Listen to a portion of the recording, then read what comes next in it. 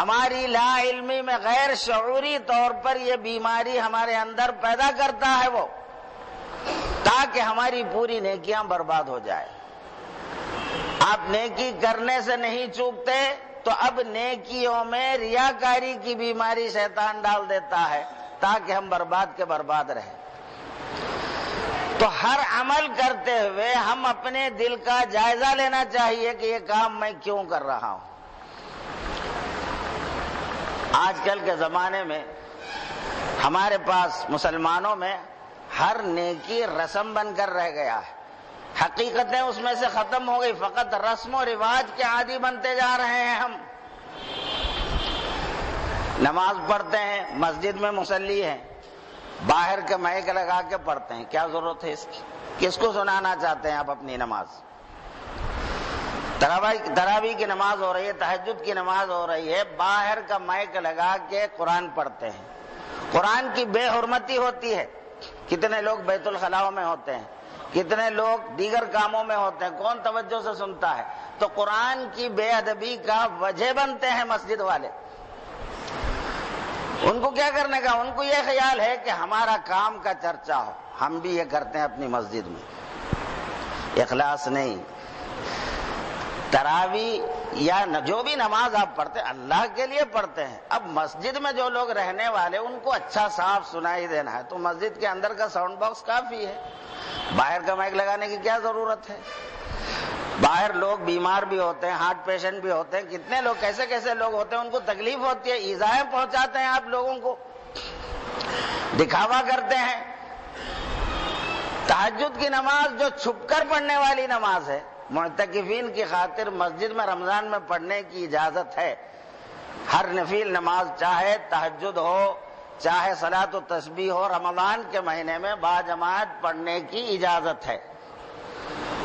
تو نمازیوں کی حد تک رہنا چاہیے وہ، یہ نہیں کہ باہر کی دنیا کو۔ تو ہم لوگ اس طرح کے کام کرتے ہیں، دوسرے لوگوں کو موقع دیتے ہیں ہم پر اعتراض کرنے کی، انگلیاں اٹھانے کی۔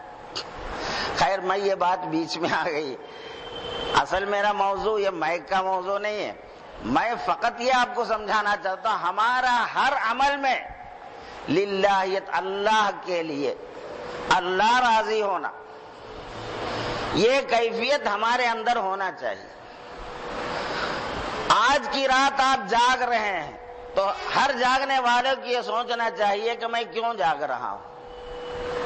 اس لیے حضور اکرم صلی اللہ علیہ وسلم نے ماہ رمضان میں روزے کے بارے میں، قیام رات میں قیام کر کے نماز پڑھنے کے بارے میں، شب قدر کو جاگ کر عبادت کرنے کے بارے میں، ہر عبادت کے بارے میں حضور کا ارشاد ہے، من صام رمضان ایمانا واحتسابا، جو شخص رمضان کا روزہ ایمان اور احتساب کے ساتھ رکھتا ہے اس کے پچھلے سارے گناہ معاف۔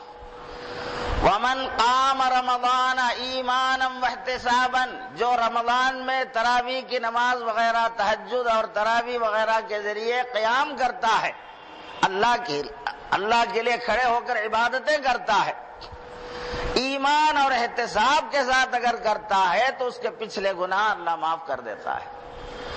اور من قام لیلۃ القدر، جو لیلۃ القدر میں شب قدر کی رات جو جاگ کر اللہ کی عبادت کرتا ہے، ایمان اور احتساب کے ساتھ ہو تو اللہ اس کے پچھلے سارے گناہ معاف کرتا ہے۔ تو حضور نے ہر عبادت میں ایمان اور احتساب دو چیزیں بیان فرمائی۔ ایمان کا مطلب یقین رکھنا ہے کہ یہ اللہ کی جانب سے ہے، یہ اللہ کا حکم ہے، فرض ہے تو فرض ہونے کا یقین، نفل یا سنت ہے تو سنت ہونے کا یقین، اللہ کی جانب سے ہونے کا یقین۔ دیگر جو جن باتوں پر ایمان رکھنا ہے وہ تو ہر مومن ایمان رکھتا ہی ہے، یہاں اس کی گفتگو نہیں ہے کیونکہ ایمان والوں سے معاملہ گفتگو ہے نا۔ احتساب کا مطلب یہ ہے کہ کرنے پر آپ کو کیا ملنے والا ہے، نہ کرنے سے کیا نقصان ہونے والا ہے، ان دونوں کو ملحوظ رکھتے ہوئے کرنا، اس کو بولتے ہیں احتساب۔ عام کتابوں میں یا پھر اخباروں میں سب اس کی ترجمہ ثواب کی نیت سے بول کے آتا ہے، ایک سرسری ترجمہ، ثواب کی نیت سے جو روزہ رہتا ہے۔ ثواب کی نیت سے بولنے کا مطلب یہ ہے کہ ثواب، اس پر ثواب ملے گا اگر میں صحیح طریقے سے روزہ رہوں، اللہ کے پسند کے مطابق رہوں تو ثواب ملے گا، اللہ مجھ سے راضی ہوگا، آخرت میں میری کامیابی ہوگی، اللہ تعالیٰ کا مجھے دیدار ملے گا، جنت کی اعلیٰ نعمتیں ملے گی۔ تو یہ سب چیزوں کو نظر میں اگر نہ کروں تو میں جہنمی بن جاؤں گا، یا اللہ کے ان تمام نعمتوں سے میں محروم ہو جاؤں گا۔ تو اس کا احساس اگر یہ دونوں چیزیں اگر نظر میں ہوں تو کرنے والا اس کے تمام شرائط کے ساتھ، تمام خوبیوں کے ساتھ اہتمام سے ادا کرے گا۔ اگر اس کے فائدہ اور نقصان نظر میں نہیں ہے تو یوں ہی رسمن، اب تراویح ہے بس اونگ رہے ہیں، ان امام پڑھتے جا رہا تم اونگتے جانا، کوئی اہمیت ہی نہیں ہے، کئی کو پڑھ رہا، زبردستی کا ٹھوکرا۔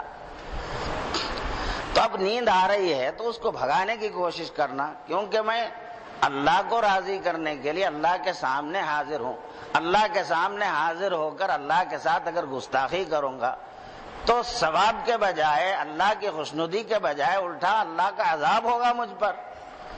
تو یہ احساس کے ساتھ نماز پڑھنے والا نماز کو صحیح ادا کرنے کی کوشش کرے گا، نماز کا صحیح اہتمام کرے گا۔ قرآن پڑھنے والا اللہ کو راضی کرنے کی نیت سے اگر قرآن پڑھتا ہے تو صحیح طریقے سے پڑھے گا، تمام حروف کو ادا کرتے ہوئے پڑھے گا، سپر فاسٹ، کوئی حرف ادا کیے بغیر بھاگم بھاگ، ہے نا، ایک دم اسپیڈ سے، اتنی اسپیڈ سے بھاگ رہے ہیں کہ کوئی حرف سنے نہیں آ رہا، کوئی حرف سمجھ میں نہیں آ رہا ہے، تو یہ تو قرآن کے ساتھ مذاق ہو گئی، قرآن پڑھنا کہاں ہوا؟ تو اللہ کو راضی کرنے کی نیت ہے تو قرآن کو صحیح پڑھے گا، اگر معنی معلوم ہے تو معنوں میں غور کرتا ہوا پڑھے گا، جب عذاب کی آیتیں آئے اللہ سے پناہ مانگے گا، جب رحمت کی آیتیں آئے تو اللہ سے رحمت